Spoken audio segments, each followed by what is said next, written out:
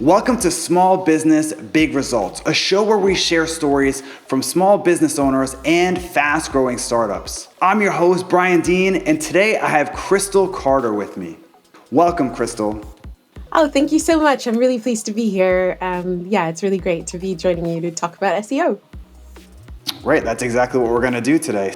Crystal is the head of SEO Communications at Wix and has over 15 years of experience working with SEO and marketing clients around the world, including Disney, McDonald's, Tomy, and more. On today's show, Crystal and I are going to talk about how SEO still has the power to impact any business's visibility and growth, even now. So let's just get right into the first question, which is, in your experience right now in 2022, what is the biggest misconception people have about SEO in general? I think there's a lot of people that think that SEO just happens when someone searches on Google and they click on a website. And that might seem really basic as a comment, but I think that SEO can happen in lots of different channels as well. So not just from Google, but also through social media. There's a lot of SEO benefit that can be gleaned from strategically coordinating with your social media team.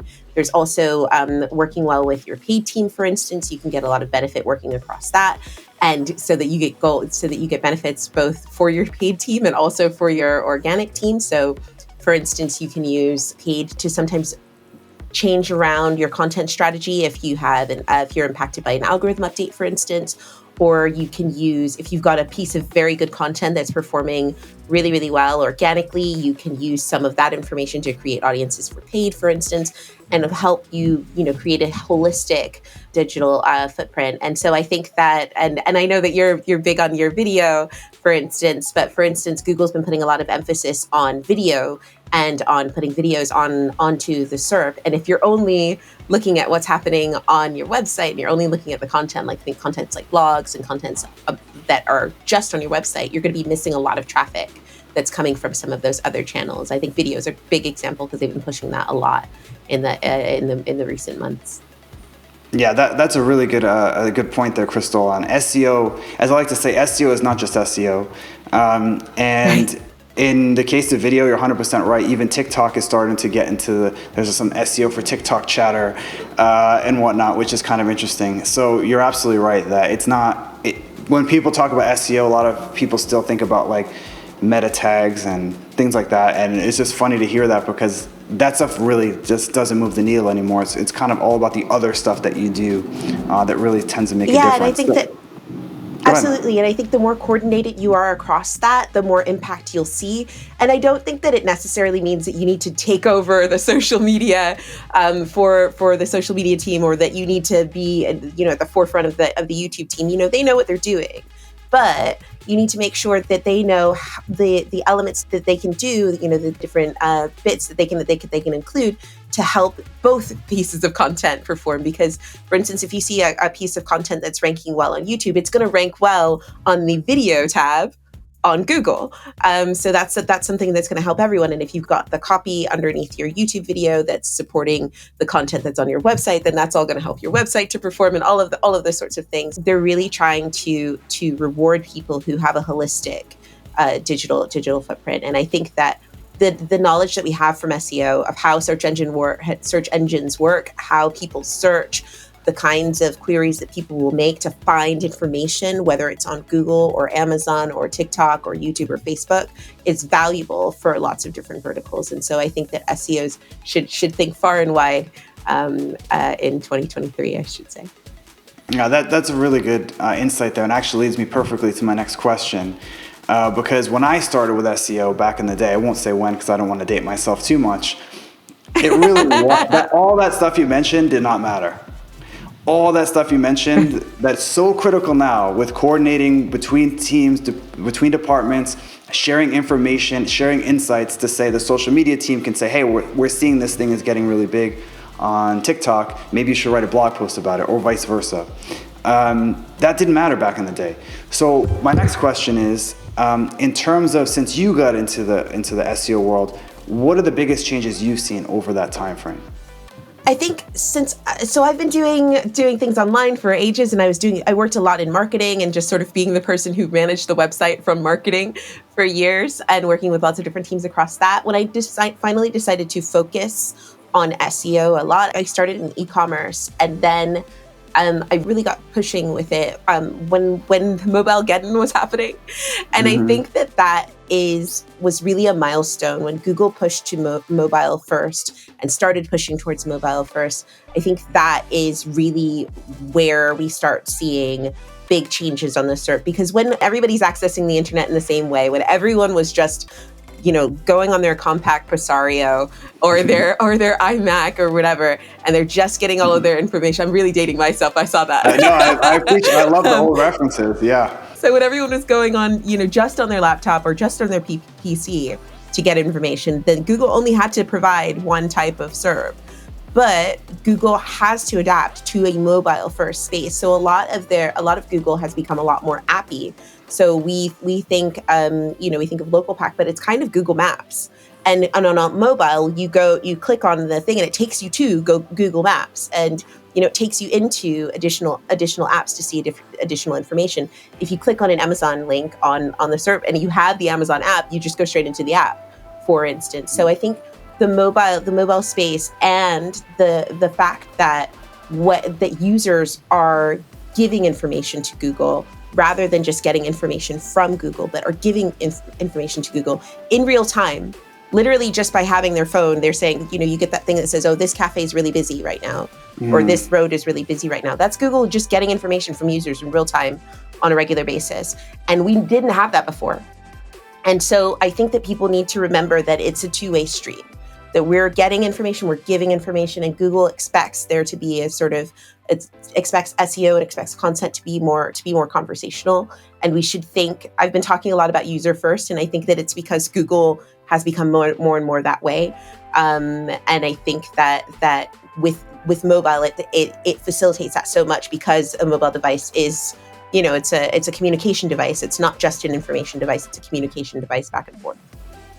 Yeah, that's 100%. It used to be just you consumed, and now we're part of it. Like you said, it's almost like it's really IoT with smartphones in a way, and they're adding other stuff now. But it's IoT is like the future, but it's actually, like you said, it's happening now. Like with our phones, it's already here, and that's impacting SEO. Absolutely. I mean, you can get the internet on your treadmill at the gym. Yeah, exactly. Especially because we dated ourselves. We know how crazy that was to think that a treadmill would have the internet. But it's crazy. It's true. It's crazy for one not to have it now. Yeah, absolutely. So moving a little bit into more of the how to do SEO today and how to get the most out of your SEO efforts. First, a mistake that we see a lot is the fix it and forget it type of SEO approach, where people say, I want someone to SEO my site, and it's done, one and done. Why is that not good? Or why is that a misconception? Yeah, I've had clients say, so the SEO is done now, right? And I'm like, no. I mean, so we're recording this in the autumn, and at my current count, I think we've had 4 Google updates in the last sort of 3 or 4 weeks. I went to a talk yesterday, and someone was talking about the 3 updates that happened in September, and then there was another update that dropped just recently as well. And that is a testament to the fact that Google's constantly updating their algorithm, constantly updating their requirements. And you might have done everything perfectly, correctly, perfectly well that one time. But if you don't update it going forwards, I remember there was one time where I had a client and we were doing stuff on reviews, and I was updating their schema markup and I was auditing it. And literally during the middle of the audit, Google had changed their requirements for how you marked up reviews. And so I had to start all over again with how I did it. And it wasn't that one thing was wrong or one thing was right. They just decided that instead of it being instead of it being author, it should be person or something to that effect. Mm-hmm. And so because the internet, again, it's a living, breathing thing. We change it all the time. We add things all the time. Because it's constantly changing, we need to constantly adapt. And additionally, users are constantly engaging with content in new ways. 3 years ago, no one was talking about TikTok. It wasn't even called TikTok. I think it was called Musical.ly. And now it's a big thing that people are thinking about. And now everybody's trying to do short form video and trying to figure out how to do that. So you can't set it and forget it, because it's more like a garden. Like it's more like a garden. You wouldn't just expect to just mow your lawn once. You have to, look after it. And, if you don't, you get weeds everywhere and all of that sort of stuff. But if you want things to grow and to blossom, you have to look after them. Yeah, that's actually a really, really good analogy for SEO. But it's really like a garden, because there is that, if you haven't really paid attention to SEO, it's something that you should really like jump into with 2 feet and have an audit done, or, really get into it. And then you're kind of done with the first phase, but then really the action is all those thousands of steps after that. Right, absolutely. And I think it's also something that, it's one of the reasons why SEO is worth investing in for a while, both as a practitioner, as an SEO, but also as a site owner, even if you're not an SEO necessarily, because with time, you'll understand more about how your users engage with your website. But also as a practitioner, like, you say, with a garden, you can put in a lot of the legwork and you might be done a lot. Well, somebody who's a really, really good gardener will know exactly what to do and what not to waste their time on, because they remember that time when they did it the other time and it didn't work, or they remember the time when they did that one thing, and there's that one trick where you add this particular type of thing and it makes the begonias go really fantastic.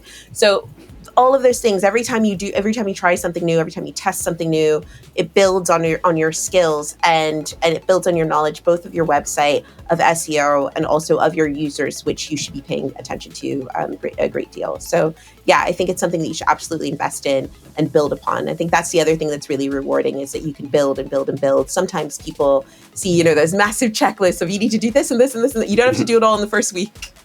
You don't. Yeah. It's okay. You can do it. You can come back. You can do it again and come back, and that sort of thing.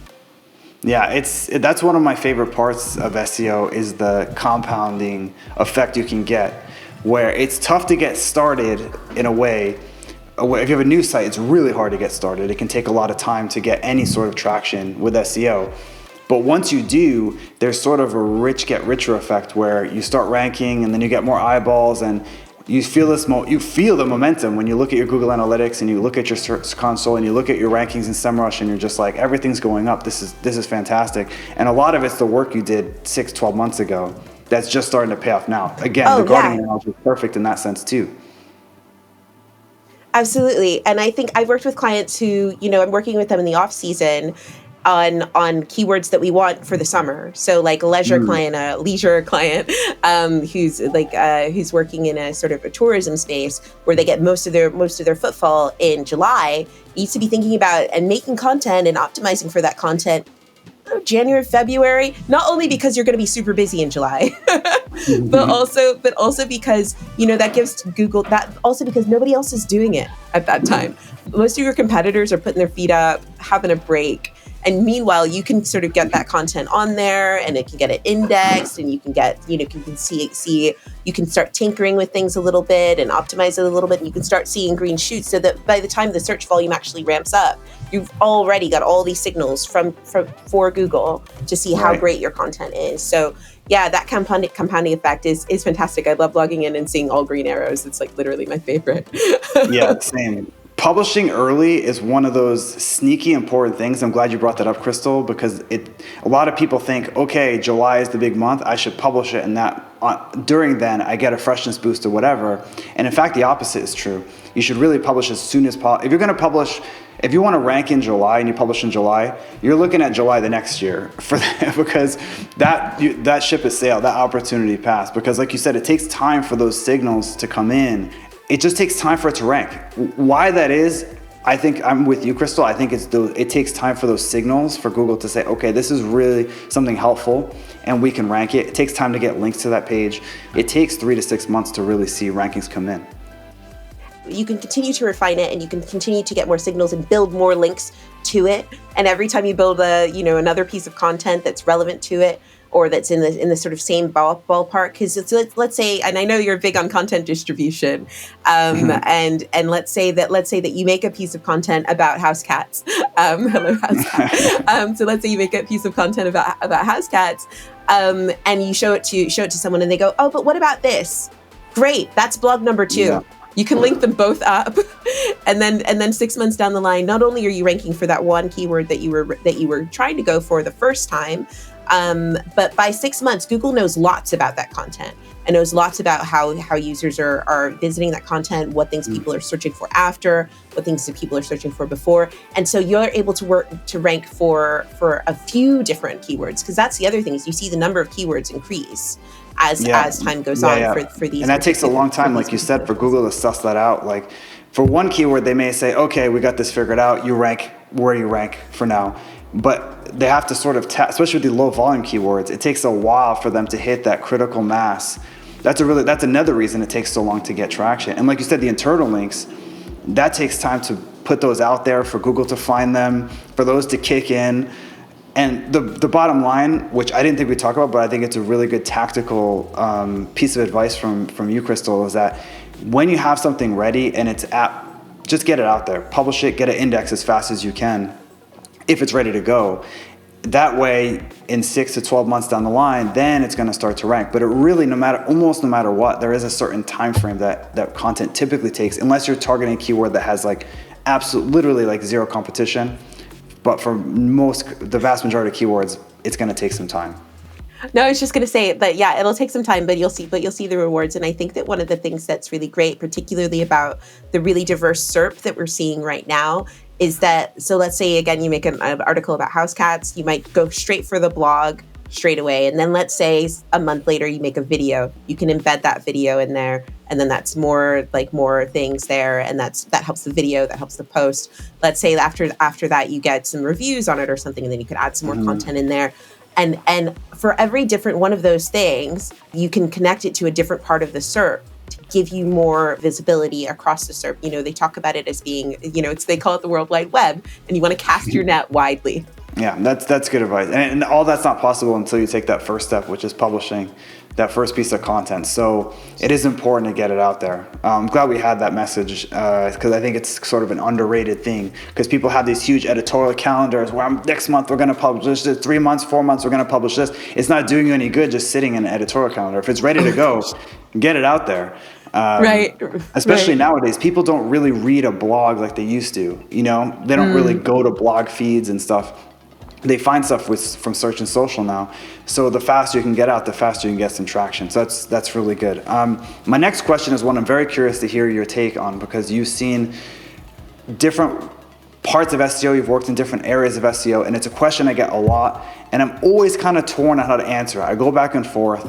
So the question is basically, can a small business, manage SEO themselves, or should they go with an agency?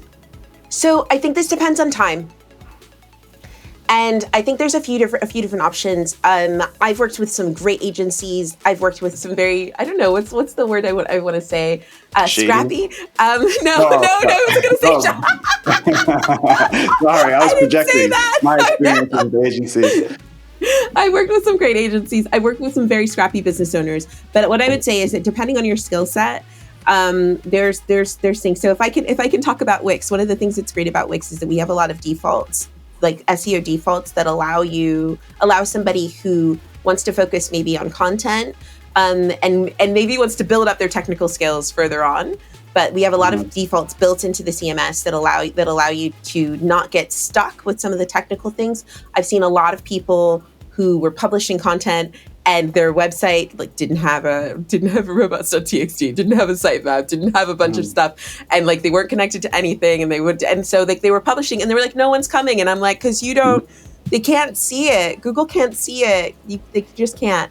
And that, we have things like that built into the CMS. So if you start a blog on Wix, you won't have technical impediments to getting your content out there. So you can. And one of the things I think it's good, particularly if you're a small business, is that your content and your customers, particularly if it's your business and you're working, at the till, at the register, you're out there painting houses or whatever, because it's your business. Those things, and Google is very much rewarding expertise right now. They want to see expertise. They want to see experts. So if you're able to create content, and you're able to create content that's really easy to create, or that's really frictionless for you to create, then I think that that's something that's worth investing in. And in that case, I think that it's possible to do it on your own. When you get to bigger spaces, when you get to bigger businesses, it can be more of a challenge to do something on your own. And particularly if you want to do something like very sophisticated, if you're trying to do something across, television or a big paid campaigns. If you're trying to do something very, very, very, very big, then you're almost certainly going to need help from agencies or freelancers to get that going. Because as you get further up, sometimes the skill sets that are required can be like, for instance, I am a nightmare with Facebook ads. The ecosystem changes so often, and every time I log into it, it's completely different, and it stresses me out. But there are people that I know that are fantastic at them. And so if you need to get that velocity, sometimes what an agency allows you to do is to be able to go to just, get up and run straight away, like go if you need to go. But I would say if you're a very small business, then you do have some advantages as a very small business, particularly with regards to creating content. I think there are some benefits, but it, as ever, it depends in SEO. Yeah. I was hoping we get through one SEO interview without saying it depends, but it's impossible. It's impossible. We got pretty far, I gotta say. I just wanted to highlight one thing that you mentioned from your answer, which is another underrated thing, which is a small business owner actually has an advantage in some ways when it comes to content creation. It's easy to look at it as a disadvantage. You're the little guy against the big giant. And that's true. Bigger companies do have an advantage, but your advantage is the scrappiness you have, that you're closer to the customer a lot of times than whoever will write the content at a bigger company, right? The huge painting company, the person writing that has probably never painted in their life. You, as the house painter, know the ins and outs how to actually do it, and that's gonna appear in your content. And like you mentioned, that expertise is measurable with an algorithm, more or less now. And it's even if it wasn't, your content's just going to be objectively better, which will help you rank over time. Versus the big painting company where they just grab an intern, or have a freelance writer write it who doesn't know what they're talking about. It's just going to be regurgitated stuff. So you can beat the Goliath by being small. So it's not just a disadvantage. It can actually be an advantage. And I thought that was a really good point that you highlighted. So my next question is about, you mentioned Facebook ads. So paid versus SEO, you can say it depends, because this is a huge it depends question, but I'd like to know what it depends on. What's a good balance in your opinion? So I think that if you are a big business, particularly if you're in a sensitive vertical, I think and by sensitive verticals, I mean ones that are affected by like YMYL, which often see a lot of fluctuation in Can you explain that for people updates. that aren't familiar with that? So YMYL stands for Your Money or Your Life. And it is something that is referenced within Google's quality rater guidelines, which is a set of information that they give to humans that go around and look at websites, and they say whether this is a quality website or it's a low quality website or a high quality website. And Your Money or Your Life tends to be stuff that tends to be verticals or business categories that are sensitive, where the value of the information and the validity of the information is kind of really important. So if somebody's giving you information about like financial advice, for instance, and they're saying, it's very important that the mortgage lending company actually is a valid mortgage lending company. If it's someone who's giving you information about diabetes or something, that's a very important bit of information. If somebody's giving you information about, I don't know, quilting or flowers that they saw in the street, that's not a YMYL category. No, but if they're giving you some, those are good examples. Sorry. No, to me, don't be bashing quilting on this podcast. There's some things that are like hobbies, interests, video games, and then there are things that are like your money, your life. And then Google is basically not messing around with those. Right. Is what you're saying with those categories? Like, Google's should I get a credit card to pay off? Right. And one of the things that's really interesting, particularly with paid versus search, is that for sensitive verticals and paid, Google heavily regulates what you can advertise for and what you can't advertise for. And for some of those sensitive verticals, like if you were to look at like diabetes, for instance, you won't see ads at the top of them. And for some things, if you go onto Google, or if you go onto YouTube, you won't see ads there either for videos about, say, diabetes, for instance. And what you get in paid is that they have explicit lists of things that people who are talking about, like if you're a pharmacist, if you're an online pharmacist, they have a list that says you need to be registered here, you need to be doing this, you need to have this, you need to have that, you need to have that before you can advertise on Google. And whereas for search, sometimes they're a bit vague, and they say, your money, your life. Oh, it should be, if you're a high authority thing, they don't give you as much information. So from my advice from having worked with clients in sensitive verticals is to learn about those requirements for those sensitive verticals from paid, but also to keep a little bit of paid running at all times. And the reason why I say this is that what happens with the your money, your life categories is that Google sometimes makes decisions that will surprise you. So, for instance, they might curate a particular part of the SERP, and by that I mean they'll decide that only the Mayo Clinic or the CDC or whoever can rank for those pages, and they're doing that for a reason. They want to make sure that people are getting good information about whatever. But even if you were a reputable business doing all of the best things, your SEO is not going to work the same way for those terms. Now, if you have for some of those, they will still show ads for those, and they'll make it clear that this is an ad and this is a health authority, for instance. So if you have ads running, then you can be a bit more resilient when those changes happen, if they happen for certain keywords. And the reason why you should have them running all the time, and I know it's quite expensive, but for things like that, it's useful to have them running all the time because of the machine learning that's in paid. So what happens if you don't have them running all the time is that Google has no information to go on when you need to fire the ads up. So if you have a little bit running at all times, then if you, let's say like a keyword changes or something, then you can increase your spend and they will still have some data to work on while you're increasing your spend. Otherwise, when you need to increase your spend, what will happen is that the keywords that come in and the leads that come in are a little bit wild for the first little while, and you just have to wait. So I would say for any of those verticals, that's very specific advice, is to keep a little bit of paid going to sort of both to inform your SEO, because it will also tell you like, we need more information here, we need more information there, and you can use that on your SEO as well. I didn't think of the Your Money, Your Life, but they're the ones that really need to pay attention to this sort of balance, because it's not fun and games for them. They could literally go from like 2 to 50 or 100 overnight. Anyone could technically, but it's much more likely in that case. So my next question is about, as someone that's seen a lot of websites in different industries, different verticals, different timeframes, what are some of the biggest issues that you see sort of sites have again and again that can be fixed? The one that I always say, which is super basic, but it drives me crazy because it's super basic, is that like when I audit sites, so many people do not have an H1 on their homepage, and it is so simple, and so many people don't have it, and it drives me mad. Some people think, I put the logo on, and it doesn't count. It doesn't count. Yeah. Oh my gosh. There's loads of things that are like that, and I think H1s and like a lot of things like that, like they're very. It's not super shiny. I'm not setting the world on fire telling you that you should have H1s and H2s, but I think we think a lot about structured data, for instance, because of rich results, and structured data is great. I love structured data. It's like my favorite. But I think that people forget that like H2s and H1s and H2s and numbered lists and ordered lists, unordered lists, all of that is technically structured data too.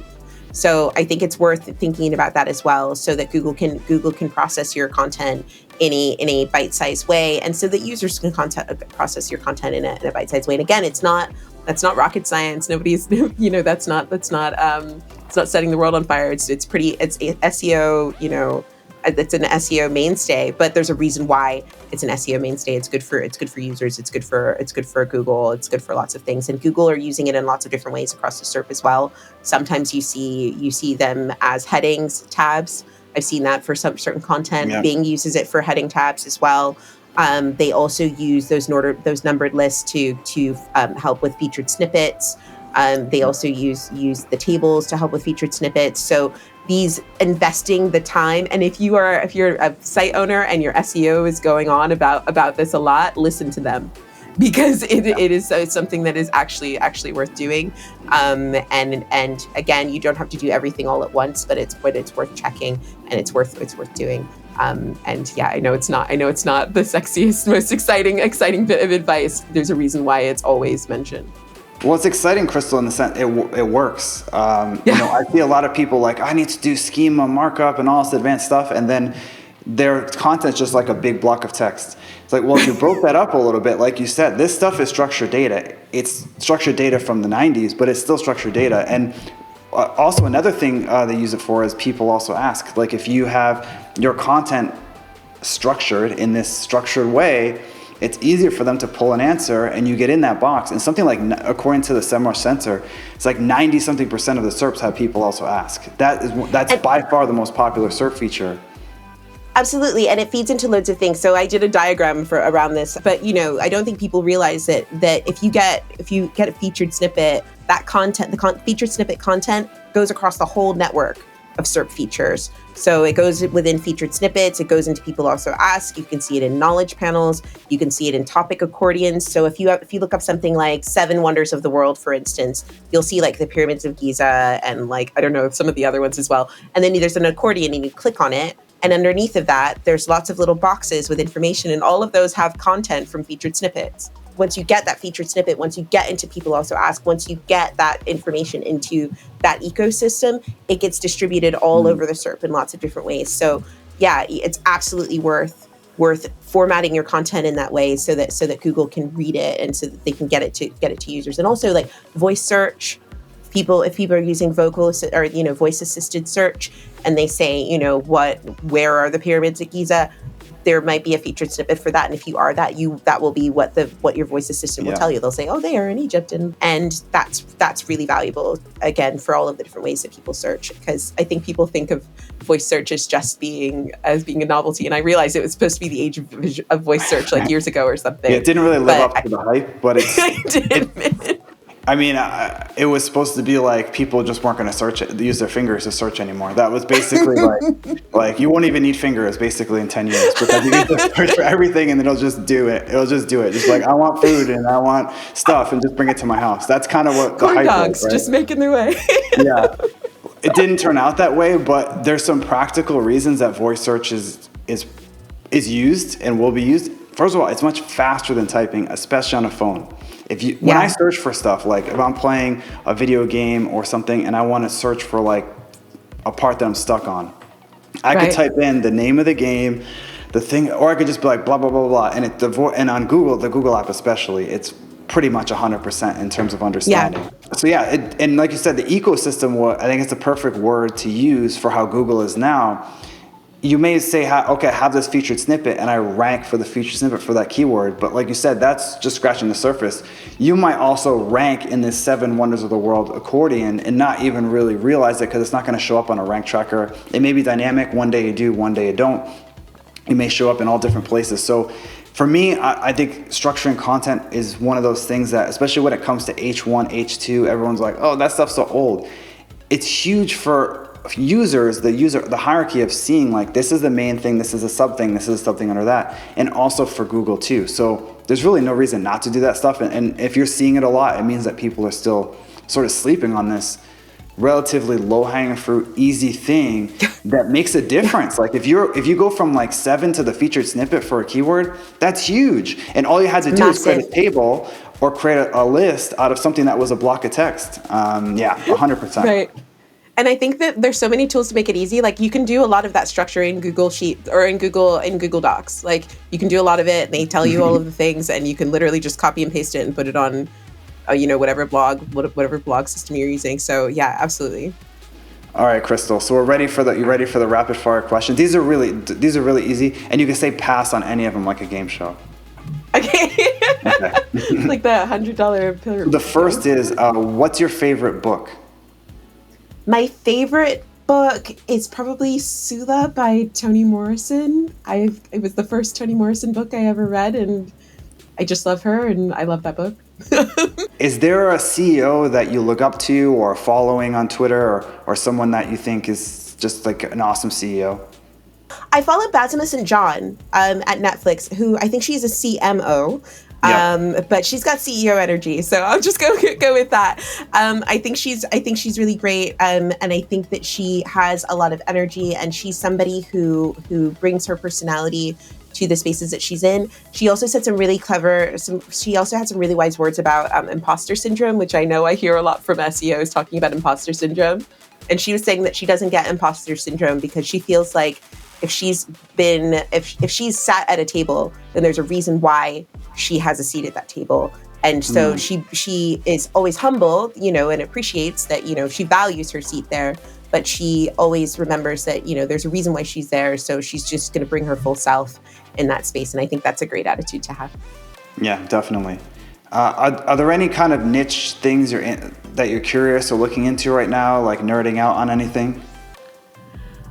I've been doing a lot around. I've been getting a bit more into JavaScript, a bit into Node.js. Nice. So within Wix, we have our own sort of JavaScript framework called Velo, and I've been sort of building a few things on that, and hassling the devs there to help me when I get stuck, which they love. I must tell you that.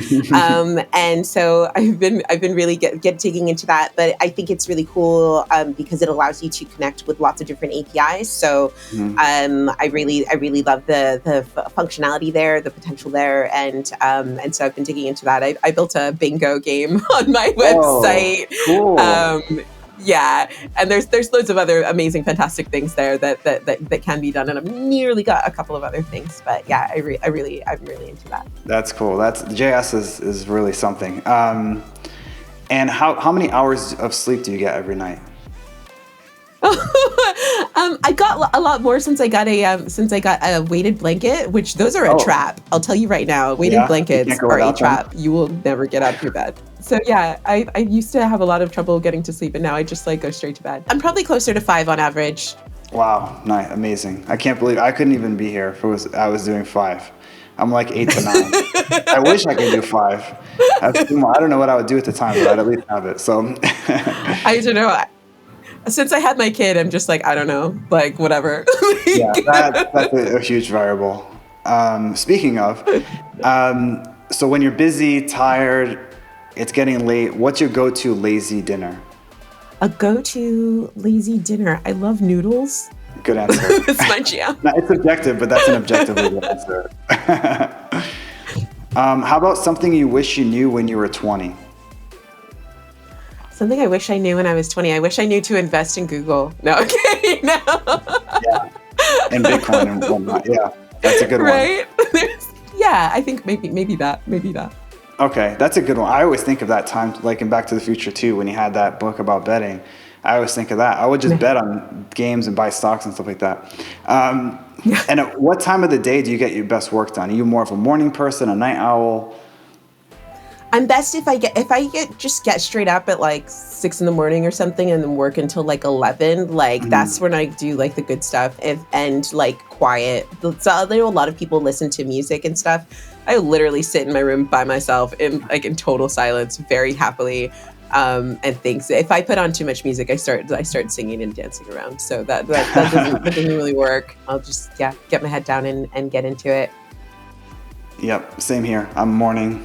All day, team morning, all the time. Quiet, yes. No social, no music, no fun, just getting it done. That's the way to do it. Yeah, introverts unite, I think. So, hey. Yeah.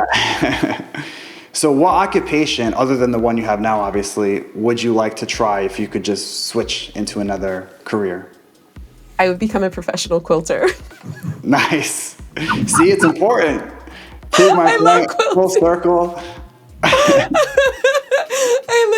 I have an old sewing machine that someone gave to me. There was a time when I decided I wasn't going to buy any new clothes because I was like, save the planet, don't buy new clothes. And then I was like, you know what, I'll learn how to sew.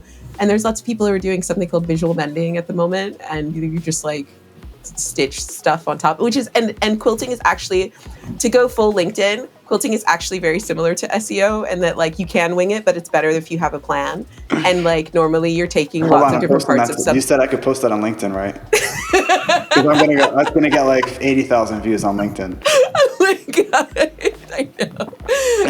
X is quilting. That's a win. I know. It's so LinkedIn. You're so right, Crystal. I know. But anyway, you had an analogy there. With a nice picture of a quilt. Oh yeah, no, it's fine. I like quilting. It's really nice. I like taking lots of something else and making it into something new, and it's really relaxing. And then at the end of it, you've got something lovely. And I think that's nice. That's cool. So yeah, that's it for the rapid fire questions. Thanks, Crystal, for coming on the show. It's been great chatting with you. You're a great guest. I hope all of our guests are as charming and as knowledgeable as you are. I had a great time chatting with you. So thanks for coming on the show. Thank you so much. It's really kind. It's great to chat with you and your lovely cat. Thanks. Bye, Crystal. Bye.